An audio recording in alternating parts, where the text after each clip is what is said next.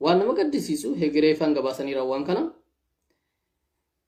ummata hidhame kana Saudiin yeroo tokkotti gasha jettee kaanaan hamma biyyi taragagga'utti nutti gashinaa jedhanii abbaan gaafatuu dhufe isaanii jira. Rakkoo maallaqaatu jira, lakkoo diinagdee guddaa keessa jirra. Jarri guyyoo gala ofiis waan nyaatuun qabu qawsi biyya irratti uumu warra karaarra ta'uu jedhaniiti himatanii jira. Kan ummataan jedhan ammoo warra konsolaa warra community faa walitti qabanii hunduu gashuuf dhufnee Malik Salmaan sinii kadhatuu dhufnee isatu mana hidhaatti sun oggoree akkasin hin galle godhee jedhani. Saudi Arabiyaan maqaa nu balleessitanii nuti namoota hammanaatiif hidhaa jaarree hidhaa istiraatiijii hin qabnu kuni iwaa jedhama. Bakka yeroodhaaf namoota itti wali qabanii gashanidha. Nurraa fudhadhaa jedhani. Gama biraatti waan nama gaddisiisu Ahmad Shideetii fi warri isa jala fiigan, warri isa jala dhufan, garii warra isaan hin galchinedha. Ni beekna warra silxaanaan boonuudha warra hundi inni sheeka ofiin jedhullee. Mee akkaataa san kursii irratti ta'a laala. Sheeka tokkicha Dr. Jeelaan bira qophaatu qalamaa fi waraqaa qabateera. Silaa dippiloomaasiin qalamaa fi waraqaa fi shaanxaa mi'aan qabu. Miira walirra kakaatee Ridwaan eenyu wanti jawwaaldhaan hundi isaaniitu. Akka waan jawwaala arganiin beeknee biyya keenyatti. Yookiin akka waan intarneetii biyya keenya hin jirre. Maali mootummoota miti akkuma VIB'n jedhan jiru yeroo hunda Wi-Fi'n 5G. 5G illee jiraatu dha beellitiin jira. Maalumaafuu namni footoo san akkasii isaan kaase fata heera isaan. Dhimma biyya tokkootiif godhu. Muftiin giraa tagaabbaa'eera. Feesbuuka fayyadamuun beekumsee. Waraqaas qabatee barreessaa jiru. Kas lallaalaa jira. Garuu nama tokko kophaa achi keessaa Dr. Jeelaan kophaatu waraqaa fi qalama qabatee waa barreessu jira. Sheekni yeroo hunda yeroo bakka iidaa saffirra taa'ullee kitaabuma karaa footoo bakka kaasan hundumatti kitaabni harkaasan dhabamu. Kuni alaamaa yookiin milikitii nama beekumsa qabuuti. Kanuma sheeka doktora shari'aa tokko qophaa duun taane kanuma biraatu akkam ijaanitti qaraaneen baanaa barnuti amma wanni isaan laalaa jiran maal akka ta'e itti hakkamuuf miti dhaqnee jawwaala isaanii keessan agarre. Garuu waan jechuu barbaade waan nama gaddisiisu kan biraa Saudi Arabiyaan biyyoota waa'ee koronaadhaa hin eegganne akka Itoophiyaadhaa akka Afgaanistaan warra lolarra jiru amma waa'ee koronaadhaan eegganne kana akka xiyyaarri biyya ishiidhaan dhaqne achiillee akka as hin deemamne gootetti. Yeroo tokko warra amma galu kana ni gashan.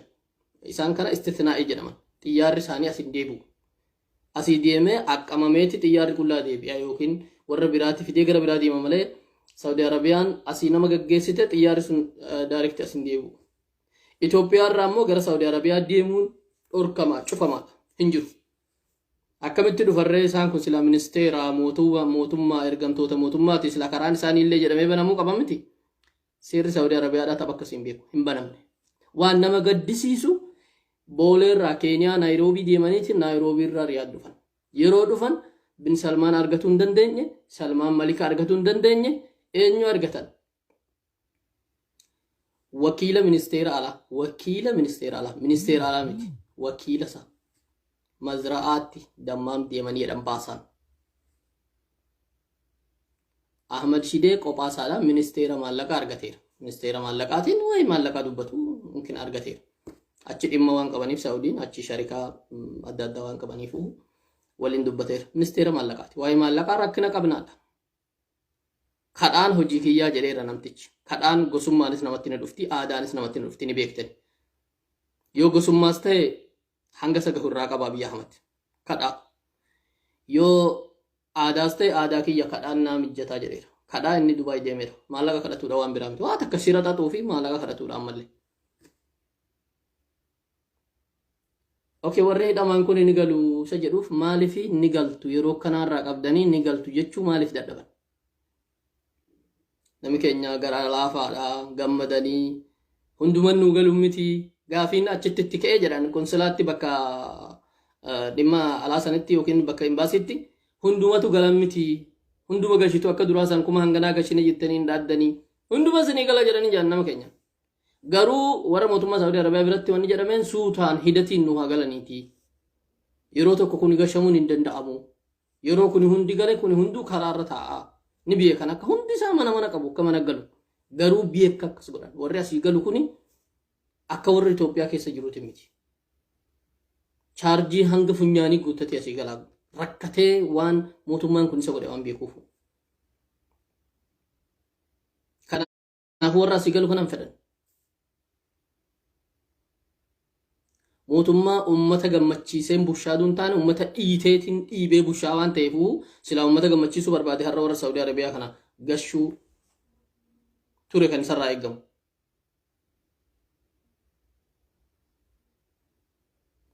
Kanaaf rakkoon gurguddoon nu argatte takka tana.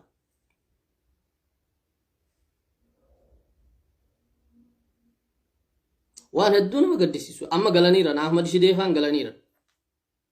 Akan ani odeeffannoo qabutti galaniira Ahmad Shideefaan eenyutu hafe muftii fi Dr. Jeelaan faan warri amantaadha yoo ministeera dhimma yookiin wazir shu'un islaamiyaa yookiin ministeera dhimma islaamaa yoo agarre jedhanii dhimmi islaamaatis waa'ee kana waliin ilaallatu dhimma islaamaati masgiidota nu ijaaraa ta'uu danda'a kadhaadha kunis waan biraan jiru yookiin waan adda addaa ta'uu danda'a. Sinif galee isa arganna yoo ta'e jedhanii umraa gochuun akka deemanii jiran. Ahmad Shideen karaa Keeniyaadhaa deebi'ateera. Kun immoo xinnina dippiloomaasii biyya takkaa biyyoota akka Itoophiyaadhaa biyya seenaa gurguddaa qabdu bakka bu'anii biyya namaarraan wanni tiraanzeetii karaa Keeniyaadhaa dhufuun hammam takka hamma. Koronaa yeroo meeqa isaan maramaranii jiran yeroo koronaa as dhufan dhugaadha. Biyya namni dhumaa jirutti biyya namni du'aa jirutti Abiy Ahmad eega gaafa Jawaar mana hidhaatti ol gasheeti koronaan Itoophiyaa hin jiru jechuu jalqaba. Waa'ee koronaan haasa'amuu dhiisame. Amata 2020 jalqabarra yoo yaaddattan waa'ee koronaa namni dubbatuu dhiise. Biyya keenyatti koronaa namni maqaa isaa dhabu jiru. Mootummaan salphii bahaa jedha. Mootummaan har'a guyyaan ani moosifamu guyyaan ogummaa kiyyaatti kottaati namni miliyoona tokko naa bahaa jedha. Namni biraa hiriira bahe immoo ni hidhama koronaa jira yeroo koronaatti. Siif galee kanaafuu ummati keenya Saudi Arabiyaa jiru wanni kun iyyannaa hedduu barbaachisa. Iyyannaa hedduu Saudi Arabiyaan ningashaa jetteen ningasha namoota keessan gashamuu qabanii jedhanii maqaan nu badee miidiyaalee adda addaa irratti mirgin dhala namaa dhiitame nuun jechaa jiranii ni gashinaa fudhadhaa namoota keessan jedhanii. Wanni isaan jedhan nuuf haa turaniin suni hin raanqee balamne. Nuyi namoota kana gashinaa jedhan kalas. Garuu kan barbaadu jiran namooti kun gashuun dirqama taanaan maallaqni waliin nuu kennamuu qaba. Namooti kun dhibbaan lakkaa'ama yoo nutti gashaman caanaan diinagdee waan nurra jiruufuuhu dhiibbaa diinagdee sana ofirraa oolchuudhaaf maallaqa nu gargaaruu qabdanii jedhaniiti ministeera maallaqaaf dhufe. Ministeera eenyu dhufuu qaba ture waa'ee dhimma lammii kana. Ministeera dhimma alaa dhimma Itoophiyaa kan alaa inni suni Dammaqee Mokonninidha. Maaragii Xaqlaa Ministeeris qaba mitikkiliidha. Sinif galee isatu dhufuu qaba ture malee ministeera maallaqaa dhufeetii hidhaa nu baasa jettanii warri harka dhooftanis ministeerri maallaqaa yeroo dhufe waa'ee maallaqaa akka ta'e dubbiin siniif haa galu. Kan biraa waa'ee biraa of jala harkisuun kabaja ofitti godhuudha. Masjida Najjaashiidhaa madfiin dhaanii boroqosanii daaraa godhanii footoo saadhaa isa dura kaasan isa dura yeroo hin dhaamin kaasan fidanii dhufanii kennaa kennaniif ministeerota biyyanaati. Hin saalfatan xiqqoma takkallee. Abbaan suuraa san kaasee hashagee osoo hin banamin dura silaa kaan san dhiisee kan nagaa qabu san dhiisee isaan olii durii Najjaashiidhaa dhaansan achi kee kaayee fi silaa fadhiihaan achi taatee turte.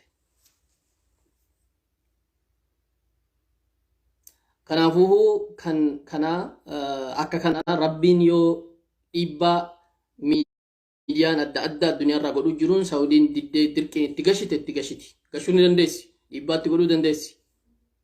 Maallaqa barbaadan maallaqicha ni kennitiif. Maallaqa waliin malee qeeballu jedhaniiran. Uummanni kunii warra karaa irratti kufu tahaa yoo si galee warra beela'u tahaa. Waa tokko hin beela'an isaan namni tokko beeksisa tokkotti gala. Itoophiyaa hunda keessaa warra dhufeedha malee ganda tokko hin dhufe. Garuu karaatti kadhatanii kadhaan waan kiyyaa jedheera Abiy Ahmed. kadhaan gosa eessummaan isaatiin illee dhufte kadhaan aadaa kiyyallee jedheera kadhaa kalas kadhaadha kan isaa inni biraa yoo galuu dhaban hoo isa jedhu Saudiin ni gashiti yoo ta'e maallaquma jedhan san kafalti malee ni gashiti gashuun dirqama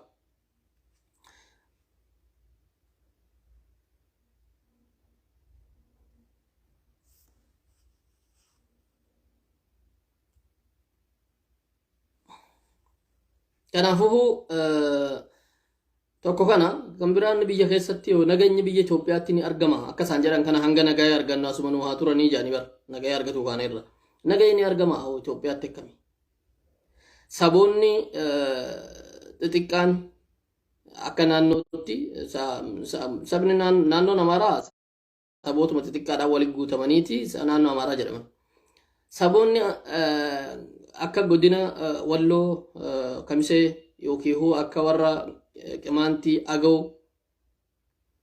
ajjeefamni namni hanga isaanii qumaara siyaasaa baranaa nyaatamee jiru ajjeefamaa jira dhumaa jira kan akka Oromoo Walloodhaa hin jiru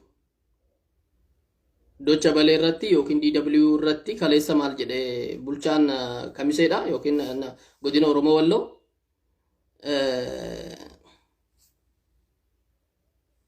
wanni nama kuma tokko axxaarra'uudhaaf hin irraa jedhe nama kuma tokko miti namni hidhameeru kum sadii fi gara 600 bira odeeffannoon qabu kum sadii fi gara 600 bira aanaalee hundarraa kan hidhameeru warra ajjeefame as keessaa namni ajjeefameeru jiraan isaa kan hin jirre jira as bu'een isaa kan hin jirre asitti hidhamanii daniin isaanii hin jiru nama 94 hanga 100 takkaati kan Kamisee jiru isaa dheengadda Hawaasirraa fidan kan Sheekh Abdalla Xiffaan itti jiran kan kaabineen isaaniitii fi kaadireen isaanii kan gubbaan nu fakkaattu kan keessaan kaadiree halkanii guyyaa ol kaate Sheekh Abdalla Xiffaa kan nu gadhiifamanii rani maali jedhan meerru kan gadhiifamarre ni gadhiifamne halkanii guyyaa akka jennu maal diddan saboonni kuni warri Agaw warri Qimaantii inuu dhugaa dubbanne warri kaan lafni dhihoo waan ta'eefuhu kaan baqatanii gara Tigraay Oromoo Walloo waan har'a keessa jiru namni amma isaan nama 1,000 qabnee 2,000 qabnee jedhani miti namni 10,000 lakkaa'amu immoo barbaadamaa jira kaan miliqee ijoollee ofii gatee gara biraa deeme kaan achumatti bosona seenee kaan isa deeme jiruu dhabamuu fi argamuu keessa jira Oromoo Walloo kanaasaa jiru amma kan ummataati warri ani roorroon baaga akkana taate dirqama waraana ta'uun qaba jedhee gara waraanaatti makame kijiba isaaniiti guyyaan lama qofa dhaqanii lolanii achiin booda irraa ol dhorkan hin deemina waraanni keenya gahee akkasii lola lafarraa san hin qabu tunniin ijatti nu loltee madfiirra qabnee dha'uu hin dandeenyu waggaan saara keessa seenne achitti nu marsitee daaraa nu gootii jaanii sodaatanii dhiisan warra bosona jiru lolaan jiran manumatti namuma nagahaa qotee bula mana gahaa yoo tokko keessaa bosona sheenee raate ganda san hunda kaan gubaa kaan diigaa kaan hidhaatti guura maatii tokkorraa nama 5 nama 7 maali ebelu gaafa fiddanii hidhaa baatanii ebelu bosona seene waan nu hijennu dhaga'u deemaatii barbaaddadha atis hidhamuu qabda haadha manaa kan ulfaa kan mucaa harka qabatte dubartiin qophaan nama meeqatu hidhaa jira Kamisee dubartiin qophaan sababuma kanaan ebelu kan keetu bosona seenedha ijoollee qabatanii kan harma hoosaa jiran galma abbaa gadaa eessa kan ta'aniira Saudi Arabiyaa himannaamti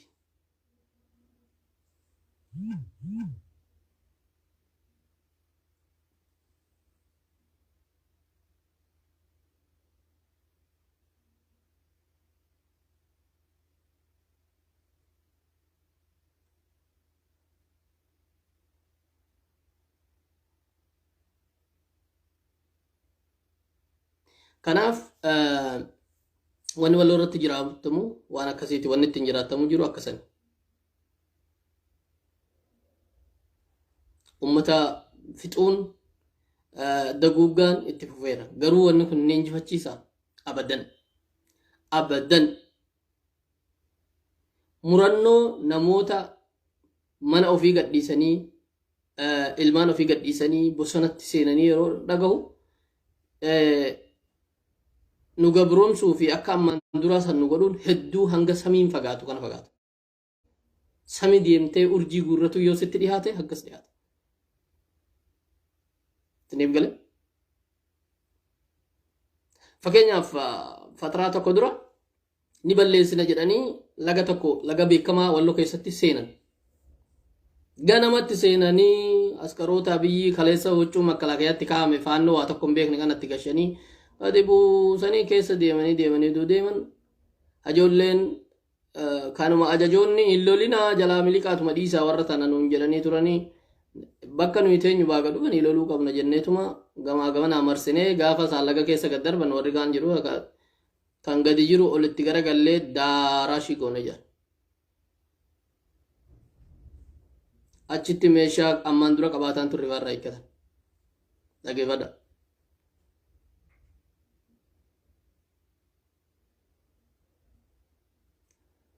Eegasanii akkuma warra Tigraay jarri nurraa hidhatuuf deemti.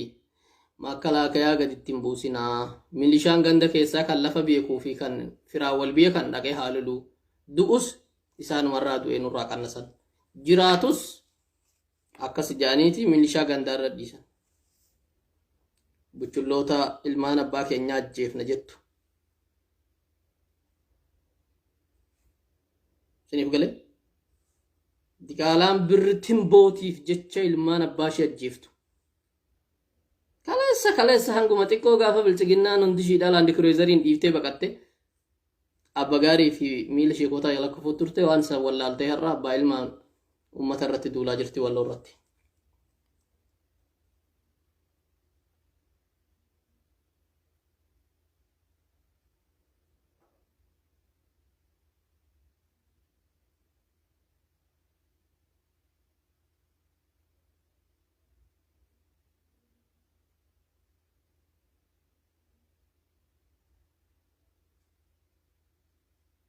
Akkas jedhu.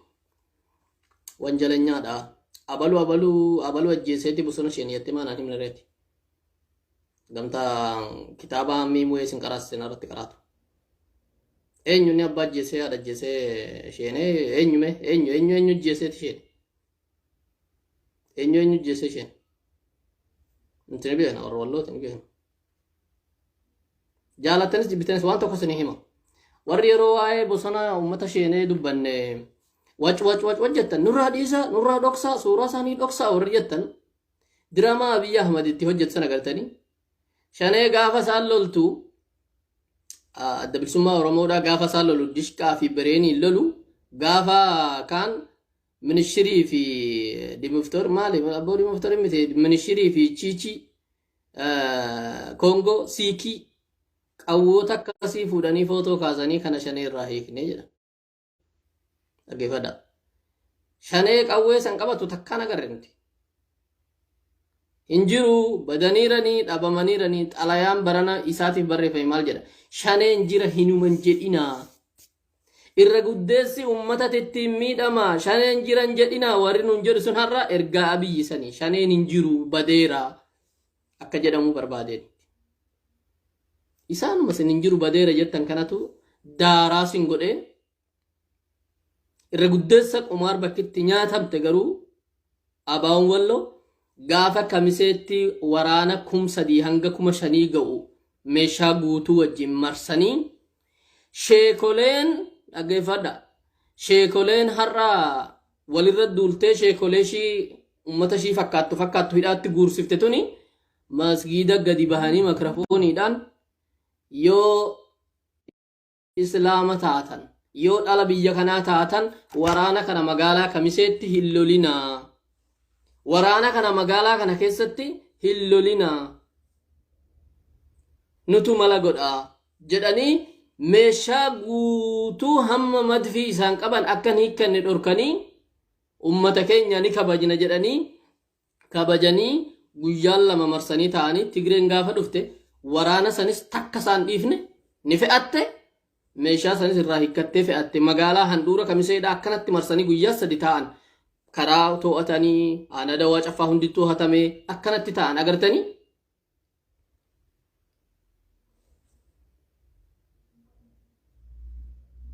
osoo gaafas meeshaa isaan qaban dishkaa fi moortarii isaanii san irraa hiikkatanii raatanii silaa hanguma Tigreen ofirraan olta ofirraan olan turan. Hidhannoon hedduun jiru ni beekna kilaashii fi bireen maal malee maan dura. Walaakin hidhannoon miti wanne nama lolsiisu. Osoo hidhannoon hamilee nama godhe waraana Abiyyi Ahmaditti godha ture. Gudii meeshaa san qabatee yeroo akkasii baqatu. Har'as loluu dhiisan malee osoo lolanii warri Tigraay sun guyyaa tokko lolanii nama magaalaa sadii gadhiifnee fi magaalaa sadii moo afur aba'allaa eessa bakka jedhamu naannoo afurii bakkuma Abiyyi waraanatti guuree halkanii guyyaa taa'eeru. Osoo as kaanii ammas akkasumas godhan. Jaalattanis jibbitanis abaawoon badeeraa hin jiru loluu maarroon jedhu warri jettan warra ergaa Abiyyi Ahmad maqaa abaawoo hin dhayina. Warri Itiyoo 63 jedhan suni waan godhan agartanii viidiyoo tokko kan warra Gaambeellaatii fi warra Beeshaangul Gumii waliin waraabanii eebbisan abaawoon uffata diimaa faa warra kahanii hawwisoo isaanii itti fakkaata warra geeraranii biratti. Waraana Oromootii fi kan Beeshaangul Gumii bichaatti baasanii kan Gaambeellaan itti fakkaata. Kan Oromoo hedduu waraana guddaadha. Kan ammoo namuma 30 akkama 30 wayyoo taate. Meeshaan isaan qabatanillee meeshaa warri ittiin footoo kaasuu jaallatu sani. Meeshaa Koongoo minaamin jechuudha. Meeshaa sanii fi warra 5 mookkana abaawota weellisan footoo irraa kaasanii viidiyoo isa guddaa waraanni abaawoodhaa itti leenjisan irraa kutanii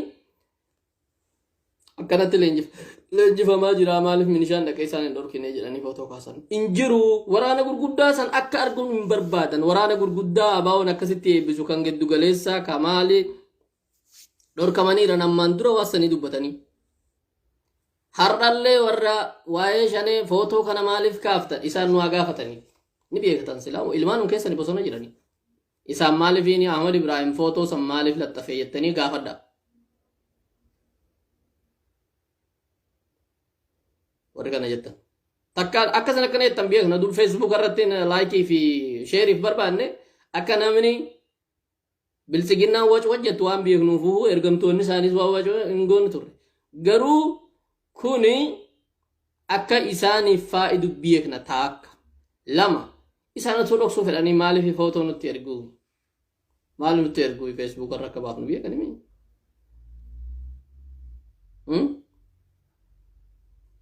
Waraana kan qawweetiin ashannafamaatii miidiyaan nu ashannafamuu warra barbaadeef wallo har'allee waraana jira. Jaalattanis jibbitanis hanga ammaan dura ture harka 4 oltu jira. Namoota baatii meeqa har'aa nuti waa'ee shaneen beeknu jedhee qonna qotataa ture har'aa ati warra ganda abaluu warra obboleessa abaluu faamiti jedhamee barbaadamuu dhageenyaan harka kennuu jennaan bara abalufaan ajjeefamanii janaazaan isaanii kaarriphoo ciisaa qorii fi hartummaa fursee intala ciisaa sanbatee mirgaa fi bitaa bakka deemtetti rashananii ciisaa akkamitti deemtee harka kennitaati bakka jiran abalufaan hin beeknu jennaan qawwee isaa butatee hidhannoo isaa wajjin bosona sheene.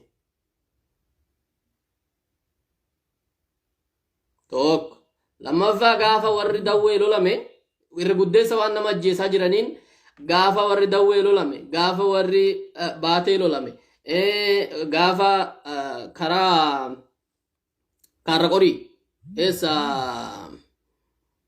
karaa duguguruu asol karaa haxaayyee kana akkasitti ummati lole jilleen umuugaa fi qorii hartummaan walitti yaa'ee hundu gaafa san warri loltanii makkalaakayaa irraa hiikkattanii jirtan jedhaniiti ummata jilleetii fi hartummaa fursee kan doorsisaa jiran. Dawwee garuu waraanni hanga 500 wayyoo 4 fi wahii karaa dawaa caffaa kana hisooyi guulaa kana qalloo irratti kutamee jennaan asiin gadi bu'ee qabanii dam godhanii walitti yaa'anii irraa hiikkatan. Maaliifini nama taa'ee midhaan muratu nama taa'ee midhaan eegu dubartii faa rasaasaan dha'an jarri sun ilma namaa guutuu rasaasaan dha'an cirratti waan isaan godhan agartaniirtan mana mirgaa fi bitaa jiru abbaa barbaade haa ta'u dubartii ijoollee hunda rasaasaan rukutaatti deeman. Ummanni walitti yaa'ee ofirraa lole waasa. Eeyyee qawwee irraa hiikkate.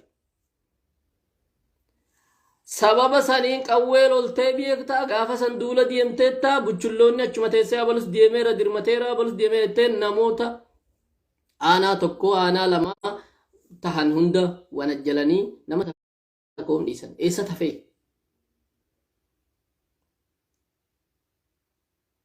sababa kanaan jechuun warri Caffaaroo bitirratti ajjeefamaa jiran warri karaa Diillee karaa Qoritti ajjeefamaa jiru harka bahannaa liyyuu haayilii warra Maajateetii fi warra eessaati warra sanii kan wayaa makalaakaa dhufee nama ajjeesaa jiru. Dhuga dubbachuudhaaf namoota du'an lafatti yoo agartan namoota kophee Koongoo kaahatanidha. Nama du'aa irratti kan ejjetanii agartu. Namni kophee Koongoo san kaahatan makalaakaa biyya Ahmadii miti.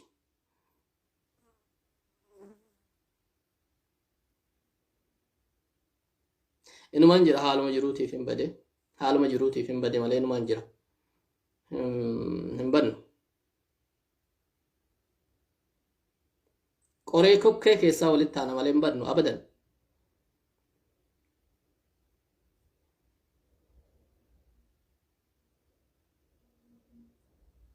Namoota hangana baay'atan hin jedhamnedha. Aanaalee hundarra barbaadamaa jiran kan garaan godheef bosona bu'eera.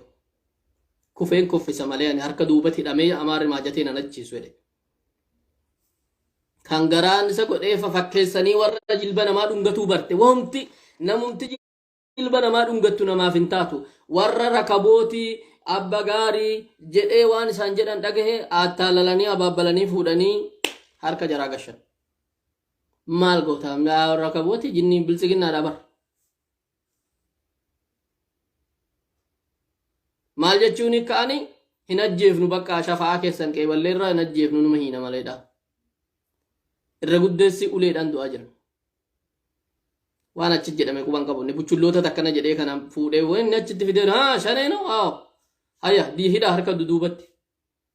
Viidiyoon na bira jira wallaahi ilmi dhiiraa akkana dhootti yookiin akka nama tumamuu jiru akka ijoollee tumamtutti yeroo wato'atu ilmi dhiiraa qawwee hiikkatee afaan nagaa maqaa sheekotaatii fi maqaa maaliitiin dhaqee minishaa farsoo dhugdu harkan gurraacha qaxaqqatanii Itoophiyaa tiqdam jedhi ani maalloodha jedhi ani shaneedha jedhi abboo ani waan takkan balleessine biyya eegdaa nagahi badeera mootummaan jigeera kottuu sanatti xalii qawwee qabadhuuti biyya kee eeginaan jedhan malee ani waan takkan goone eenyutu akkana siin jedhe warra eengadda deeme saniree shanee warra ani wajjin ture jedhe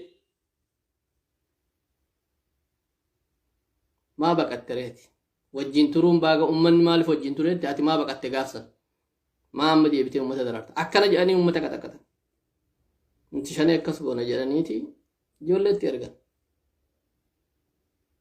kara keenyaas ergan sinif gale peejiin tokko sinii beera nama walloo ta'uu dhabu namni sun taliila sabaa ka jedhu san waan hedduu sinii falafala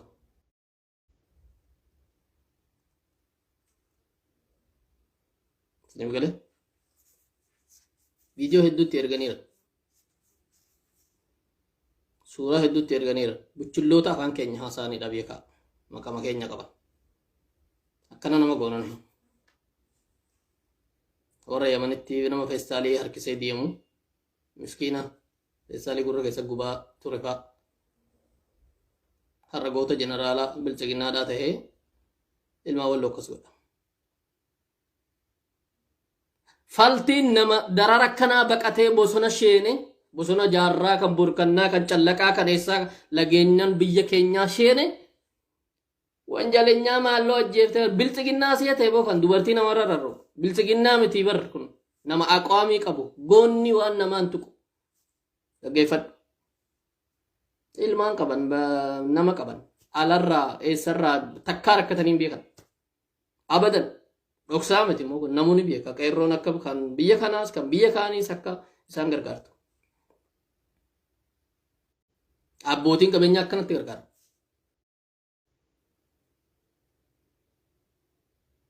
Jaalatus jibbitus isaan ummanni maal akka tahan ni beeka. Kana dhugaa sanitti hima wallahi abbootuma qabeenyaa jedhanii si wajjin kolfasantu hanga isaan barbaadan isa qotiyyootti qalatanii nyaataniif isa re'eetti qalatanii nyaatan kennaaf. Darba akka har'a dukkanaa kanaa nafu gaafii walitti himnu ni dhufa. Gaafii walitti himnu ni dhufa dhugaa sitti hima.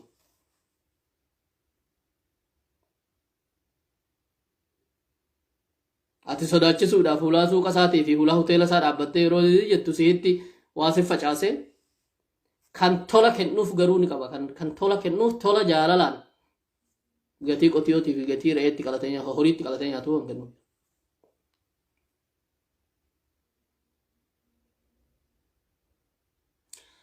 Waa'ee dhukkaasa gurguddaa dhukkisan kan ammoo sodaachisaa waa'ee saayikoloojii namoota sodaachisuu har'a qawwee dhukkifnu jiraa akkan sodaanne eenyutu akkana jedhamoo beektu masgiidarraa warri masgiidaatis hojii bilchiginnaadhaa yookiin uummata sodaachisuudhaati jalqaban. Qawwee gurguddaa qabnaa fattashatuuf deemna akka rifanne lolan miti. Saniin ta'ee qawwee gurguddaa qaba mootummaan kan lafa sassoosu dhukkaasu qaba jedhee akka ummati amanu ummatatti dhageessisuu malee kamiseen dirree waraanaati. Kamiseen dirree leenjiiti. Dirree leenjii xollaay huursoo eessaadha miti. Sanaxxalee baratee meeshaa mallatteeffatee dhufemmi. Maaltu kamisee irratti qawwee isa dhukkisiisa? Qawwee yoo jennu gilaashii miti bara. Moortarii fi dishkaa waa'ee adda addaa dhukkisan. Waggama itti qabdanii ilaaltan ummanni walloo kamiseedhaa ummata dhukkaasaan albahee rifatu. Ergaan inni jiru waan takka miti nuti kinoo warra qawwee gurguddaa qabuudha. Warra kilaashiin sodaannu nu sodaadhaa jechuudha ergaan isaa. Deemanii warra masgiidaatiin dhugaa walitti himna wallaahi nan yaadadhaa bara 2004 mucaan xiqqoon manaa na badde. Mucaan firaa manaa na dhufteeti badde. Subii lafaa kaatee mucaan bakki ni jiraadhu manna haaraa dhiyaata ture manna haaraa dhageessi. Mucaa baadiyyaa walloo dawweerraa dhufte. Mucaa xiqqoo deemtee manna haaraa deemte. Qissaa kana dhageeffadhaa wallaahi namni biyya ku har'a firri kiyya biyya ka waan kana jechuudha. Masgida Ansaar jedhama. Masgidi Ansaar ka manna haraarra gadi jiru. Dhaqeetiin mucaa akkanaa namni agartan jedhaa naa gaafadhaa jedheen hedduun rifadhe mucaa xiqqoodha. Waraabessatu nyaataa jedheen yeroo san akkanaan babal'anne wanni hundini faqi Museen nu gadi fagoo miti. Waraabessi aduu guyyaachi keessa deemu. Warri Ansaar masgidinaa dubbatanii masgida kulafaa irraa shidiin dhaqe. Mucaan na badee naa dubbadhaa jennaan masgida irraa waan akkanaan dubbannu jedhan. Itti gaafatamoonni masgidaa gaafasii har'a qawwee dhukka'uu fi akka rifanne ummataan jedhan suni isaanuma san hin qayyaramne. Isaanuma san. Har'a lafaa ka'anii gaafa kaan waraana kanarraa akka qawwee hiikkanna jettanii qawwee kamisee keessatti hin dhukkifne gaafa lammeessaa immoo qawwee dhukka'uu fi akka rifanne qawwee dhukkisuuf deemanii darasoota qaraasisanii fi salaachisan harka miti amriin kun kan jiru waggaan akkana jedhu waan hubattan qabdan. Masgiidi suni harka darasoota qaraasisanii san hin jiru. Waa takkan qaban darasoonni qaraasisan sun achi keessaa muka jala ta'anii qaraasan masgiidi san keessa ta'anii qaraasuun nun eeyyamamuuf. Ana beeka. Nama isaan godhanii wanni addaraashuma takka illee hin jaarre. Birri miliyoona meeqa hizbiin adda kanaa buuse waan kireeffatan jaaran. Imaamoonni warra mu'azzinoota waa tokko kumitee masgiidaa jedhamee warra jirurraa damooza fudhataniiti waa takka kanatti hin jiran isaan. Isaanis naaladhu uuma fedha yoo jedhan. Itti gaafatamoota masgiidaa warri jedhaman ni jiran. Itti gaafatamoota masgiidaa. Silxaana guddaadha maallaqa meeqatti itti nyaatameera.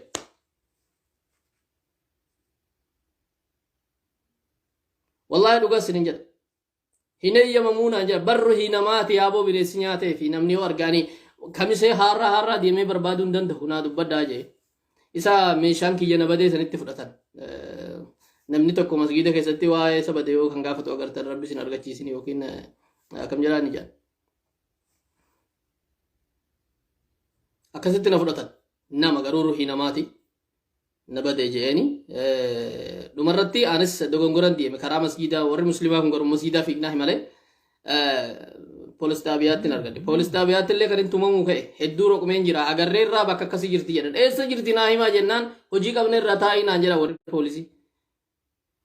Maali warqessi badeeti haasa'uu jirta moo ani ilma namaan na badee baaga agarte eessa jirti mucaanii jennaani achi zeeroo anditti qabamteetti ishiini. Dubartiin mana keessa jirtu arfee taqamatta baalka ko min fallige heno naan jette lafa ol kaate qalama lafatti haate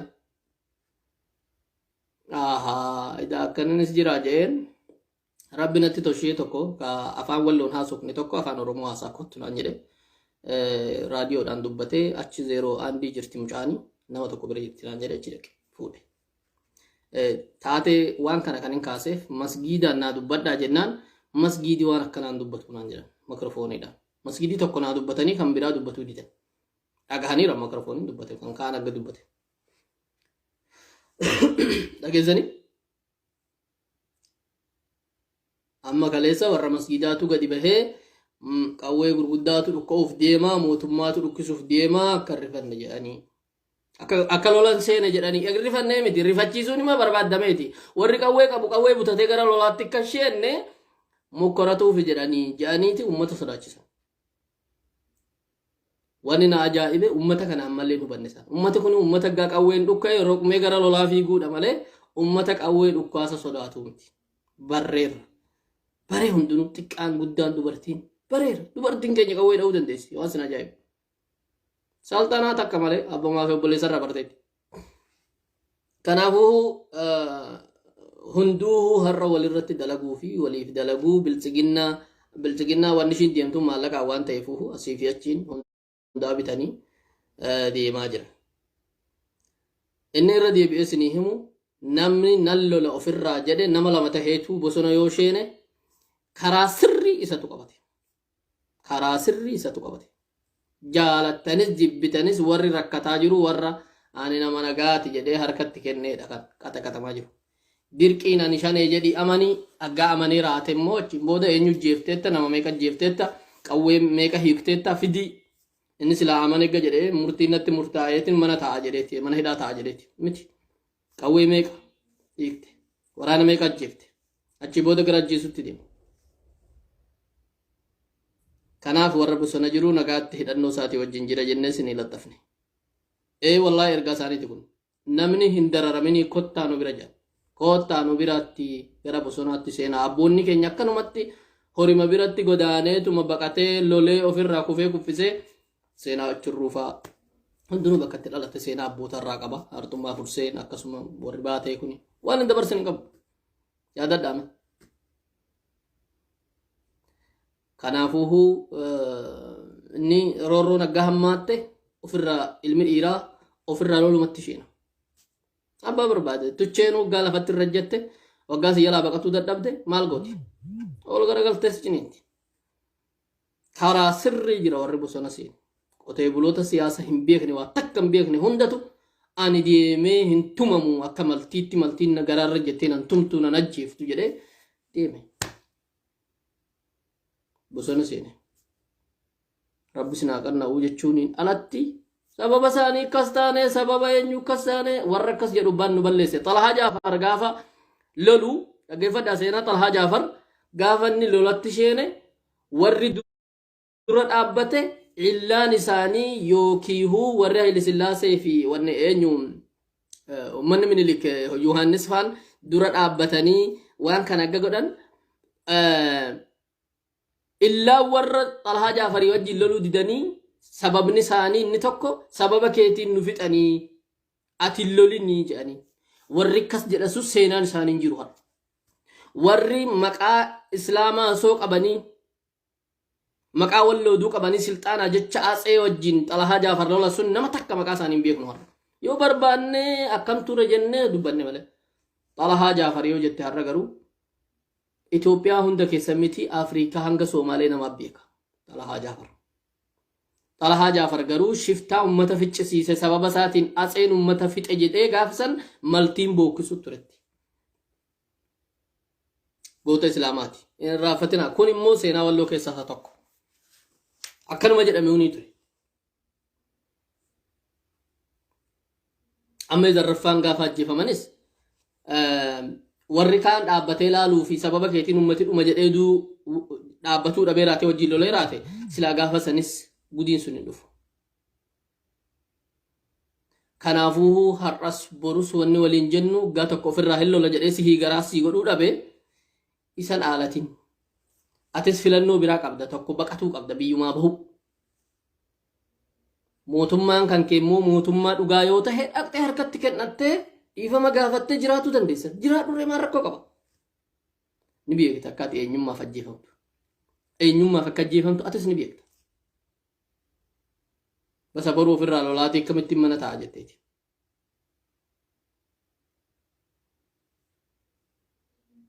kanaafuu warri gaa suuraa adda bilisummaa Oromoo agartan ija sinyanyaatu ija barbareen dhiqadha isinis warra simbaasu san footoo lattafadhaa dubbii qaba faannoon jira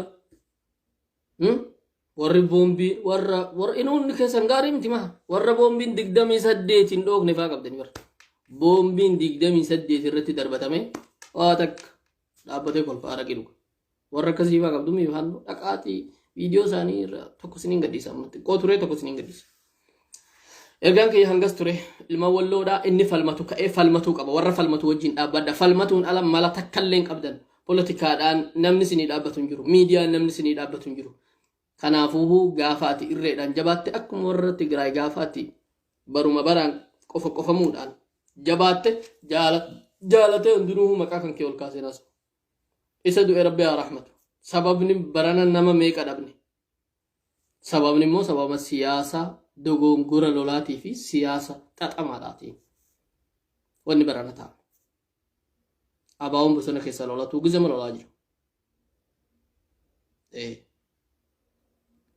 gaafa amrii isaatiin ofii mijjatee abaawwan kaleessa Eertiraa ture har'a Oromiyaa deebi'eera bara lama har'aa bara tokko har'aatii fi walakkaa yookiin bara lama har'aa durre harka abaawwatti bareen takka takka argaa turre waraana 10-20 ol bakka tokkotti wal biratti argaa turre har'aa bakka tokkotti 10,000 yeroo eebbifamu agarra meeshaa waan asin argaa jirtanidha laandi kureezarii dhiisii fardaa yeroo deeman argaan turre bara tokko har'aa turre lama dura har'a laandi kureezara 20 wal jala hiriirsanii yeroo deeman agarra akka kanaan yerootti kufte akka kanaan bakka geessu atuuhuu akkatti deemturraa beekta makiinaan tokko yeroo 120 irratti deemu sa'aatii meeqatti biyya kam akka gahu asumaa gammatamaa jechuudha warra hamilee cabaa warra jimaan bitamu warra ummata ofii yeroo du'utti naggaduun alatti fala takka hin qabne warra jiruu isaadhaa halkanii fi guyyaa nyaatuuf malee waan takkaaf hin jiraanne dhaggeeffatina warra akkasiiti warra Xalhaa Jaafar faahuu akka kaayyoon isaanii galman keenya godhe kun dhugaa lafa jirudha abbaan feete fudhadhu abbaan feete dhiisi